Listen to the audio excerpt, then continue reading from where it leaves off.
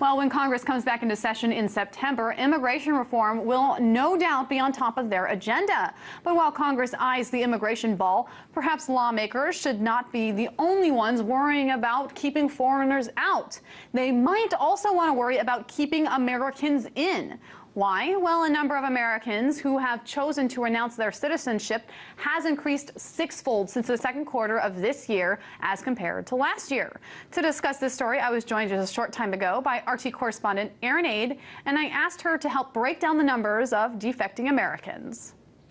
A lot of people are leaving. They no longer, not only do they not want to stay, they don't want to pay taxes, and they're willing to give up their U.S. citizenship. So it starts off in Q2 of 2013, 1,130 residents. This is according to an IRS list of those who renounced their citizenships. This is in the second quarter of 2013. They're gone. No more U.S. citizenship. And this is from the previous high set in Q4 of 2012 of 679 people.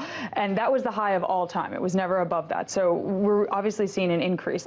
And the U.S. estimates that the tax evasion by U.S. citizens, it results in as much as $100 billion in losses for the federal government. So that's quite a bit of money that they're losing, and they really want to stop it. And they're thinking that this is a way, with this big bill that they're instituting, is a way to kind of curb all of this exodus.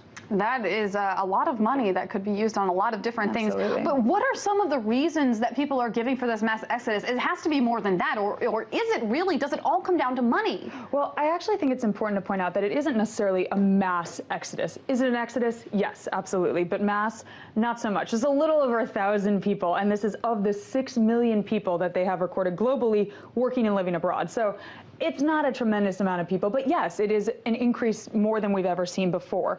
And they're saying that a lot of the reason this is happening, there can be personal reasons, there can be professional reasons, but a lot of it has to do with a provision within the HIRE Act, which was instituted in 2010, the provision in the act that specifically is the Foreign Account Tax Compliance Act. It's called FATCA, kind of like Fat Cat, but without the second T on the end of cat, that's gone. So the FATCA is basically what it says is they want international banks, foreign banks, to tell the IRS is saying, you have to tell us whatever U.S. citizen or green card holder has an account within your bank. We need to know withdrawals. We need to know their address. We need to know all this information about them. And basically what these foreign banks are saying are, we don't want to do that. So an easier way, instead of going up against the IRS and the federal government, is to not accept U.S. citizens as clients. So if we have a bunch of money and we want to put it in a bank overseas because you don't want to pay all the taxes, they're like, no, never mind. I'd prefer to work with a French person or a German person or someone else not from the U.S. to avoid having to deal with the IRS. And let's talk a little bit more in detail about the Foreign Account Tax Compliance Act.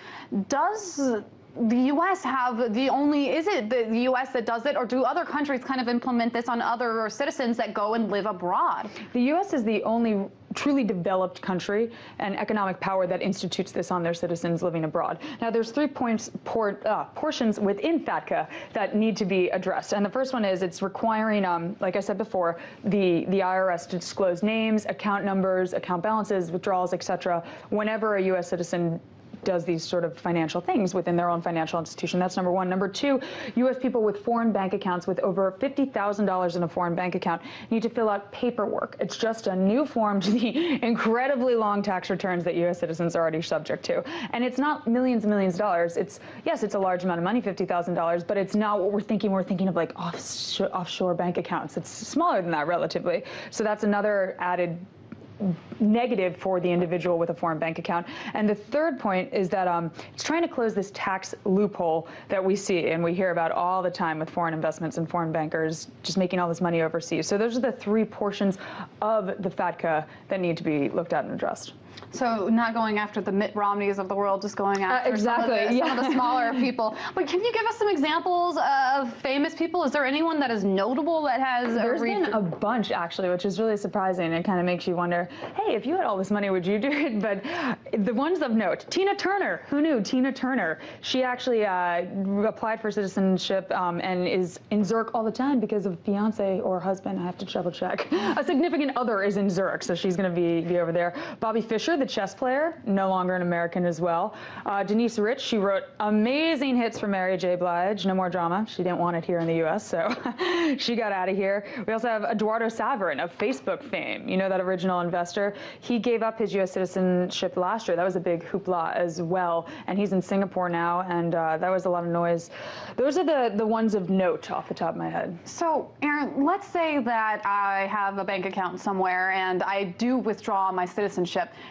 How could I get it back? Could I? Would it be very difficult? As a U.S. citizen to... Absolutely. Once it's gone, it's gone. You actually, Elizabeth Taylor in 1965 wanted to renounce her citizenship, and she ended up not going through with it because there was I actually have a quote right here. Taylor reportedly balked at the oath ceremony where she was to abjure all alliances and fidelity to the United States of America. She said she didn't want to say that, so she didn't go all the way through with it. But like you said, no, once it's gone, it's gone. You give up your U.S. citizenship, say goodbye. You're not going to get it back. That was RT correspondent Aaron Aid.